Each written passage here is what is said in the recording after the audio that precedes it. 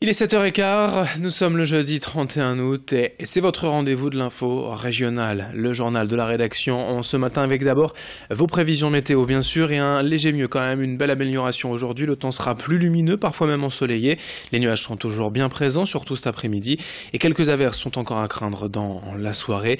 Mais rien de comparable avec cette journée très pluvieuse hier. En tout cas avec ça, les températures sont stables et restent donc fraîches. 20 degrés aujourd'hui à Lille, 18 à 19 degrés sur le littoral, à Boulogne et à Dunkerque. Les prévisions météo complètes, bien sûr, comme d'habitude, après ce journal. L'actualité régionale, d'abord dominée par l'organisation de la braderie de Lille ce week-end, une édition forcément exceptionnelle après l'annulation de l'an dernier, et surtout une édition remaniée pour des questions de sécurité, mais aussi, je cite, pour, selon Martine Aubry, retrouver l'esprit d'origine de la braderie. Pour ce qui est des chiffres, quelques 3000 policiers sont prévus, 1 millier de blocs de béton pour sécuriser le périmètre. Les autorités veulent éviter à tout prix l'attentat à la voiture bélier ou encore les mouvements de foule. Une vingtaine de portes d'entrée et de sortie seront donc mises en place pour délimiter ce périmètre de la braderie. Et si l'on attend évidemment un peu moins de monde qu'auparavant, on peut aussi espérer finalement vivre un week-end brocanté festif, loin surtout des dérives mercantiles et des stands sans intérêt des dernières années. C'est en tout cas ce qu'espère Martine Aubry et l'une des volontés affichées par la mairie. Elle était en conférence de presse hier à Lille pour présenter en détail cette édition 2017. On écoute la maire de Lille au micro de Xavier Silly. Je voudrais dire par exemple que la braderie des enfants, c'est une idée d'un Lillois. Celle qui va avoir lieu le dimanche matin, bien protégée, pour pas que les enfants aillent courir par-ci par-là, dans la halle B de Saint-Sauveur. Mais ce qui, moi, m'avait frappé, c'est que 98% de ceux qui nous ont répondu nous ont dit « Nous devons retrouver d'abord l'esprit de la braderie ». Ce sont d'abord les riverains, les habitants, ceux qui sont dans le périmètre de la braderie, qui, effectivement, vendent. Ce sont les commerçants de Lille au cœur de la braderie, dans le périmètre de la braderie. Et puis, parce que nous sommes maintenant une très grande braderie, une des plus grandes sur le plan international, ce sont bien sûr les antiquaires, les brocanteurs. D'autres infos et images d'ailleurs concernant ceux qui viendraient de loin en voiture à la braderie, qui craignent de devoir stationner leur voiture aux abords du centre-ville. L'application Zen Park permet de profiter des places vacantes dans les résidences, hôtels et bureaux de la métropole lilloise. Un concept simple, développé avec ses propriétaires de places inutilisées et idéal donc pour se garer lors d'un événement comme la braderie. Sachant que le centre-ville sera bouclé par les périmètres de sécurité réservés donc aux riverains. Toutes ces places aux abords dans les parcs d'entreprises ou résidences que n'utilisent pas les salariés ou les locataires le week-end s'offrent ainsi aux visiteurs. Explication complémentaire avec le directeur marketing de cette application, Zen Park, au micro de Brieux Gorchy.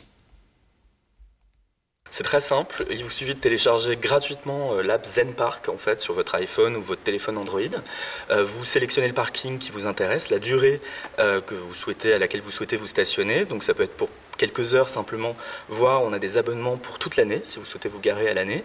Vous réglez directement dans l'app avec votre carte bancaire et vous ouvrez les portes du parking avec votre application d'un bouton. C'est un peu magique, c'est assez rigolo.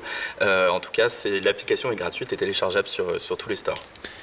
Une autre actualité importante aujourd'hui dans la région, pour ce lundi, la rentrée scolaire, bien évidemment. Certaines nouveautés ont été présentées hier par le rectorat de l'Académie de Lille. Cela concerne d'abord 65% des élèves du primaire. C'est la semaine de 4 jours.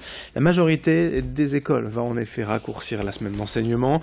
L'autre réforme attendue, c'est la division par 2 du nombre d'élèves dans les classes de CP en zone d'éducation prioritaire. Alors pour appliquer dès cette année cette mesure, soit le nombre de classes est doublé, soit le nombre d'enseignants qui est multiplié par 2 dans les écoles où il n'y a pas assez de salles. Écoutons donc le recteur de l'académie, Luc Jean, à propos des contrats aidés et supprimés par le gouvernement, au micro de Céline Huret et de Xavier Silly. Ça touche l'éducation nationale, puisque comme tous les ministères, l'éducation nationale a eu moins de contrats aidés, même si on a été plutôt bien préservé. Par contre, ce qui est sûr, c'est que ça ne touche pas le handicap. C'est-à-dire, les contrats aidés pour le handicap sont maintenus. Et on a même un certain nombre de contrats aidés qui, lui, est transformé en AESH, qui est l'emploi quand même pérenne. Et donc, on a encore plus de 3900 contrats aidés, plus 460 AESH, et tout ça pour l'accompagnement handicap, qui est une priorité du président de la République et du ministre. Donc là-dessus, vous voyez, on a quand même un volume assez conséquent. Si vous comparez aux 50 000 donnés au niveau national par le ministre, vous voyez qu'on est encore pas mal placé. 7h19 en direct en bref. Un job dating à Dourges. La plateforme Delta 3 accueille le campus Euralogistique et surtout 500 postes à pourvoir aujourd'hui avec l'AFTRA, l'organisme de formation en transport et logistique. Une vingtaine dès aujourd'hui des chauffeurs expérimentés ou des novices cet après-midi dès 14h à Dourges entre le bassin minier et Lille.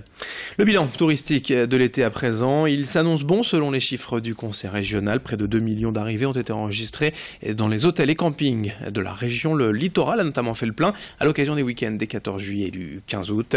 75% des professionnels de la région se disent en tout cas satisfaits de la saison.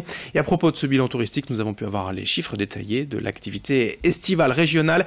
Céline Huret nous en propose donc un résumé avec ce plateau réalisé avec Xavier Silly.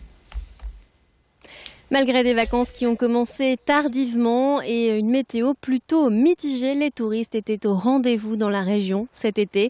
Et parmi eux, beaucoup d'étrangers ont visité les Hauts-de-France. Ils représentaient 38% des visiteurs au mois d'août.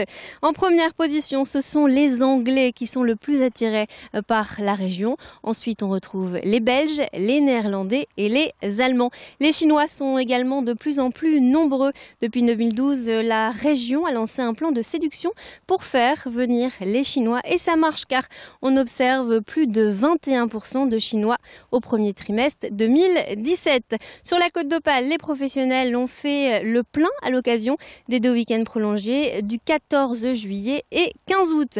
Alors même si la mer reste la destination privilégiée des touristes, la campagne a attiré du monde cette année. 62% des lieux de vacances étaient occupés au mois d'août.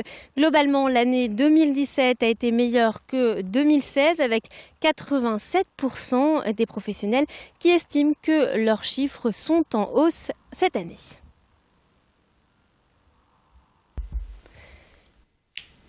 « 7h21, on est en direct et dans un instant à suivre vos prévisions météo. Je vous rappelle rapidement le contenu du jour. Côté ciel, de belles éclaircies de soleil, des nuages encore mais pas de pluie avant de possibles averses en soirée. Les températures restent fraîches, légèrement inférieures au normal de saison. 19 degrés sur le littoral, 20 degrés à l'intérieur des terres à Lille notamment. Merci de votre fidélité, très bon réveil, très belle journée à toutes et à tous. Bon appétit si vous prenez par exemple votre petit déjeuner avec nous. 7h30, le prochain rendez-vous sur notre antenne pour l'actualité régionale. Merci de votre fidélité.